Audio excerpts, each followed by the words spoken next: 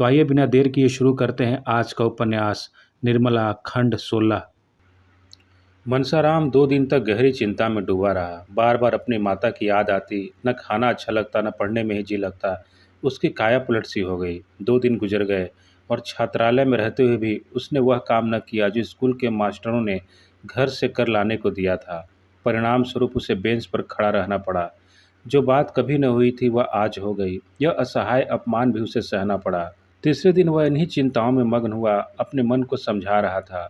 कहा, संसार में अकेले मेरी ही माता मरी हैं। अब मुझे पुरुषों की भांति द्विगुण परिश्रम से अपना काम करना चाहिए।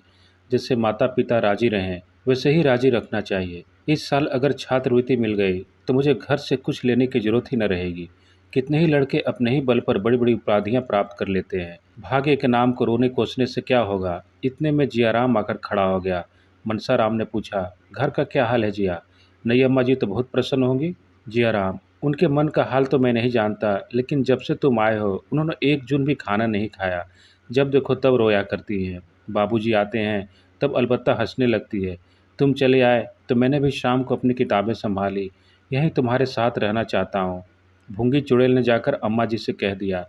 बाबूजी बैठे थे, उनके सामने ही अम्मा जी ने आकर मेरी किताबें छीन ली और रोकर बोली, तुम भी चले जाओ तो इस घर में कौन रहेगा? अगर मेरे कारण तुम लोग घर छोड़ छोड़कर भागे जा रहे हो तो लो मैं ही कहीं चली जाती हूँ। मैं तो झल्लाया हुआ था ही।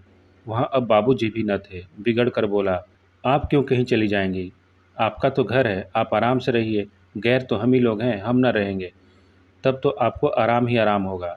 मनसाराम, तुमने खूब कहा, बहुत ही अच्छा कहा। इस पर और भी झल्लाई होंगी और जाकर बाबूजी से शिकायत की होंगी। नहीं, यह कुछ नहीं हुआ। बेचारी ज़मीन पर बैठकर रोने लगी। मुझे भी करुणा आ गई, मैं भी रो पड़ा। उन्होंने आंचल से मेरे आंसू पोंछे और बोली, जिया, मैं ईश्वर को साक्षी देकर कहती हूँ कि मैंने तुम्हारे भैया के विषय में तुम्हारे बाबूजी से एक शब्द ही नहीं कहा। मेरे भाग में कलंक लिखा हुआ है, वही भोग रही हूँ। फिर और न जाने क्या क्या कहा जो मेरी समझ में नहीं आया। कुछ बाबूजी की बात थी। उपन्यास का आगे का भाग खंड 17 में।